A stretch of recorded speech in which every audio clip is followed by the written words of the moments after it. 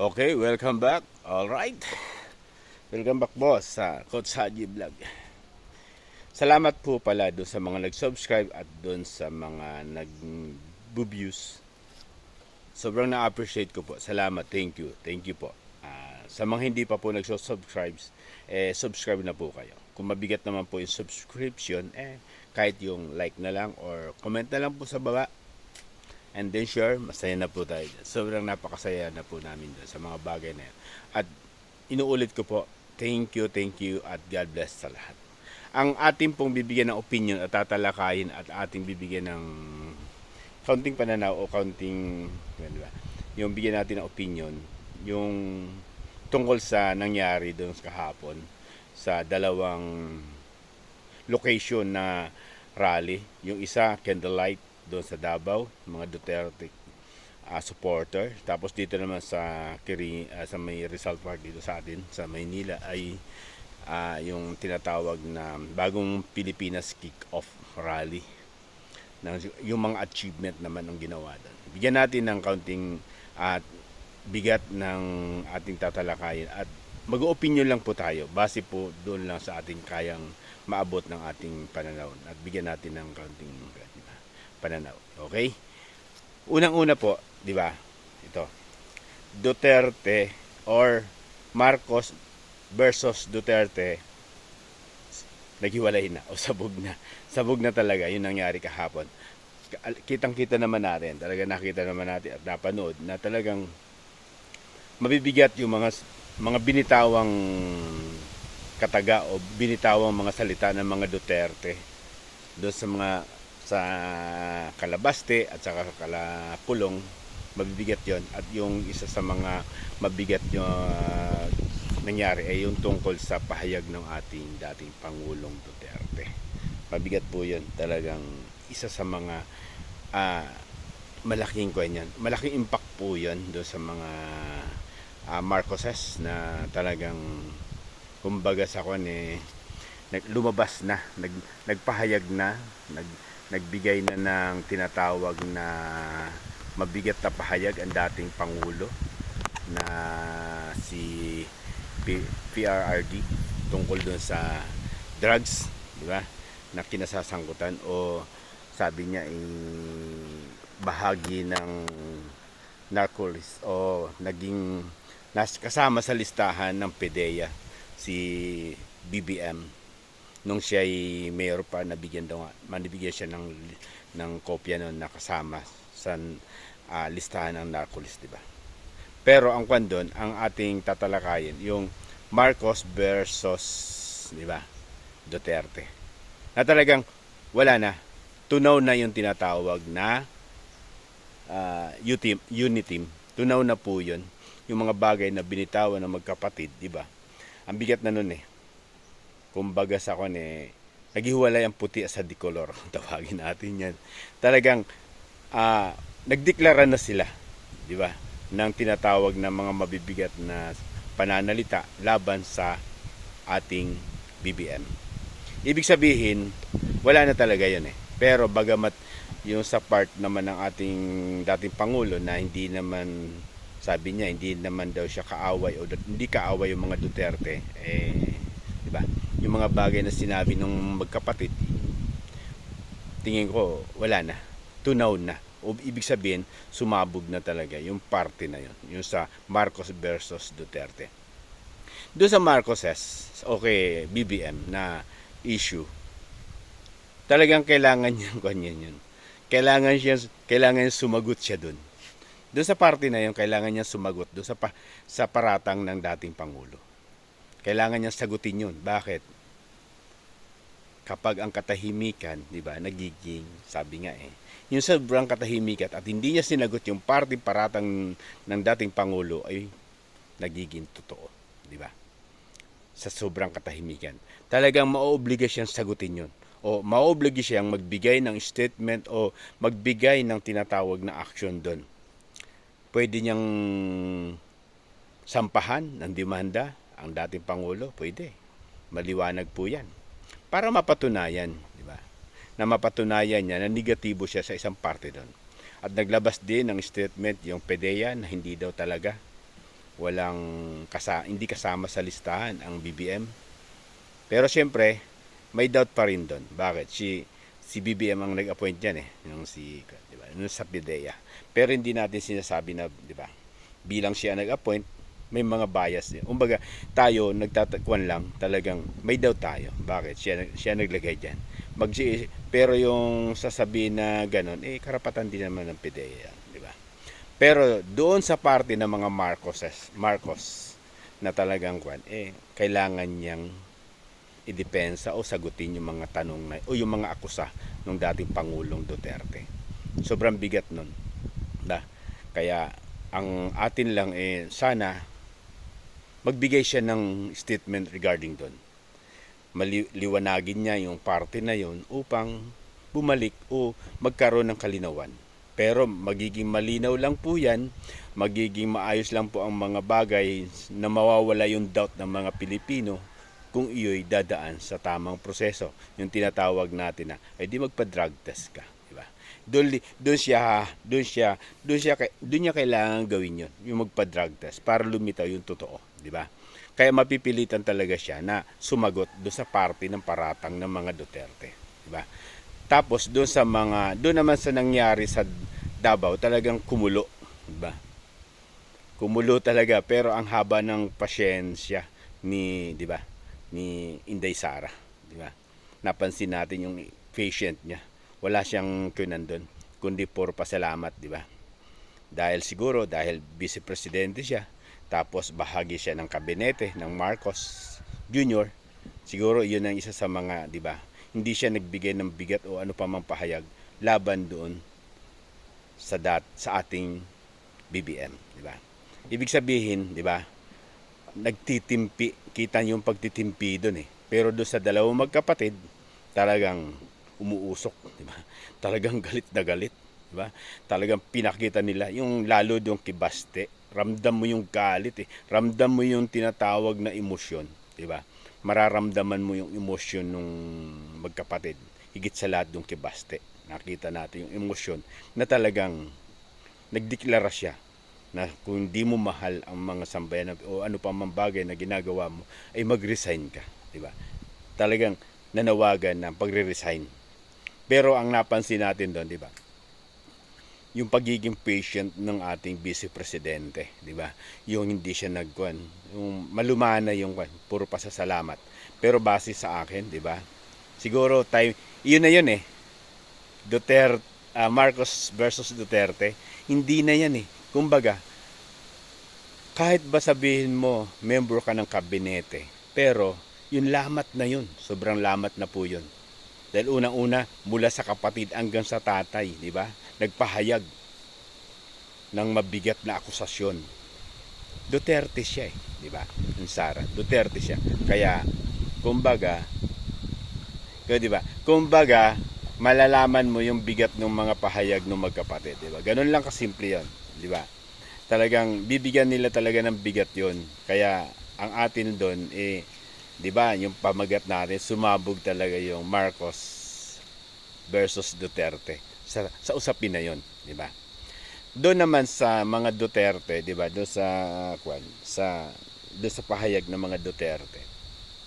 Kailangan talagang sagutin ng Marcos 'yan. Di ba? Hindi pwede nilang sasagutin 'yan.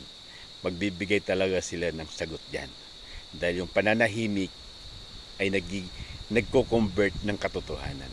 Kaya dapat sumagot po ang ating Pangulo diyan tungkol sa paratang ng dating Pangulo. Di ba? Diyan natin makikita yung di ba? Kaya yung ating analysis diyan o ating opinion o ating bibigyan ng talagang wala nang unity. Di ba? Paano, di ba? Ito ang tanong. Paano si Inday Sara? Yan yung mga tanong. Dahil bahagi siya ng kabinete ng Marcos Jr. Di ba? Yun ang mabigat na tanong. Paano niya i-handle yung bagay na yon na yung nag-akusa sa presidente niya bilang siya ay vice presidente at secretary ng Education, Department of Education. Paano niya i-handle yan? Bagay, nagbigay naman siya ng pahayag doon sa statement niya na siyempre ay pahayag yun ng kanyang mga kapatid, di ba? Pero alalahanin natin na Duterte siya, 'di ba? Mula sa kapatid hanggang tatay nagbigay ng mabigat na akusasyon. Kaya mabigat 'yon. Hindi po pwede yung tinatawag na yung parang beso-beso o ano pa man, plastikan, hindi na 'di ba? Hindi na magkakaroon na talaga ng lamat 'yun, 'di ba? Kaya ang payo natin, parang payo ko lang, parang 'di ba?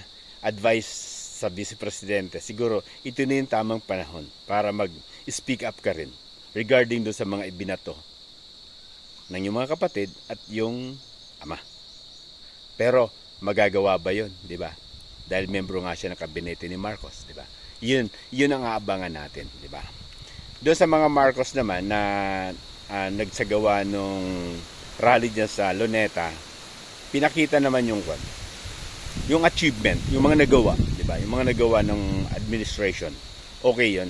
Ayos naman 'yan. Pero hanggat, 'di ba?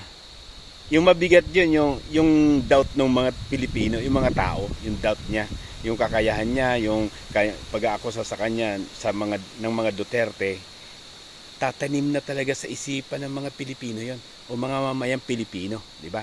Tatanim na 'yon. Pero paano nga ba siya makakabawi o magkakaroon ng panibagong, yung parang strategy, 'di ba? Anong strategy ang dapat niyang parang, kasi kung yan parang just yan 'di ba? Kailangan may atake o mayroon ka rin tinatawag na depensa regarding doon sa ibinato sa iyo na akusasyon.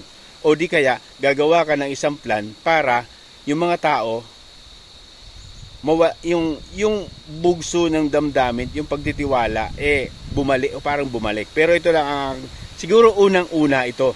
Unang-unang mairerekomenda natin. At saka magagawan niya talaga ng na para humupa, di ba? Mga salitang humupa ang sitwasyon at kulo ng nag-uumpugan dalawang batong malalaki. Ito siguro ang pinakamaganda. Direktamente niyang sabihin, BBM si BBM ang kinuha natin. Direktamente niyang sabihin sa House na itigil yung People Initiative.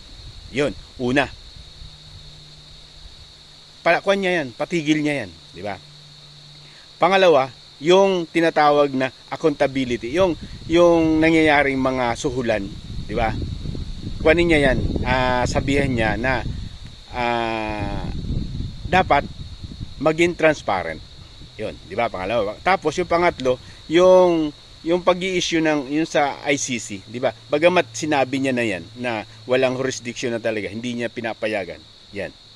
Tapos yung tinatawag na yung akusasyon regarding dun sa yung pagbibigay ng pera sa bawat Congress, 'di ba?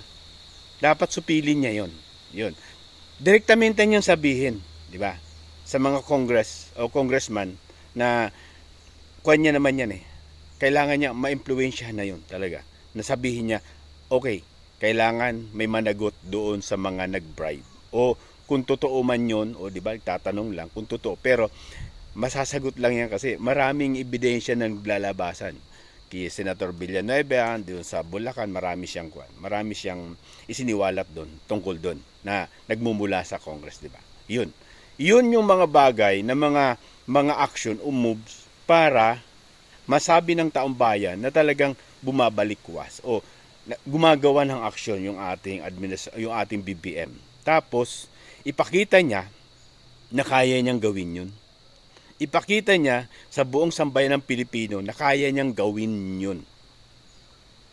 Kahit doon sa kanyang partner o sa First Lady na Lisa Araneta Marcos, ipakita niya sa sambayanan na talagang kaya niyang patakbuhin. Siya ang nagmamando sa lahat ng mga ahensyang nasakop ng Pangulo. Diba? Hindi yung nababalitaan na ganito na hindi na mahinalal sa ang First Lady siya. Ipakita niya. Siguro doon uhupa yung tensyon ng mga tao regarding doon sa mga issue. Tapos, pinakahuli siguro na rekomendasyon, yung kailangan talaga transparent drug test. Huhupa siya eh. Kasi palilitawin talaga na negatibo siya. Transparent na test sa drug test. Yung tinatawag na Follicare drug test. Yung sa buhok. Yun, pakita niya yun. Mag-initiate yung mga tao niya o siya mismo na i-challenge niya. Yung nag-aakusa sa kanya, i-challenge niya lahat na ito, magpa-drug test tayo. Tingin ko, pag lumitaw yung mga bagay na yon at naging negatibo at nagawa niya lahat yung ganong mga rekomendasyon, siguro tingin ko makakatapos talaga ng termino. Bakit? Lahat naman tayo nagkakamali eh. Lahat naman tayo, nobody's perfect, di ba? May mga tinatawag na may mga desisyon tayo bilang tao na minsan hindi talaga tugma doon sa mga ginagawa natin, di ba? Bilang tao, normal po 'yun. Kaya dapat ipakita lang natin yung sinseridad. Sinseridad na ipakita sa taong bayan na ganito po ako. Clear po talaga ako. Yan, ganyan. Tapos lahat ng mga pulisiya na ginagawa niya ay dapat direktamente siya mismo. 'Di ba? Katulad ng mga issue ng laging nasa party, mahilig sa ganun. Marami nangyayari sa iba't ibang sulok ng ating bansa ng mga tinatawag na baha, lindol, nasaan siya, 'di ba? 'Yun. O kaya may maraming napinsala o maraming naapektuhan, dapat nandun siya lagi. Yung ating mga kasundaluhan, yung mga namatay doon, lagi siyang nandoon. Yung mga bagay ng mga kalamidad na nangyari, dapat nandun siya lagi. Yun, babalik at babalik yung tiwala. Babalik ang pero, 'di ba? Sabi nga ng ibang nag-analysis at nagbibigay ng opinion, late na daw. Kapag ginawa niya ngayon yan, late na.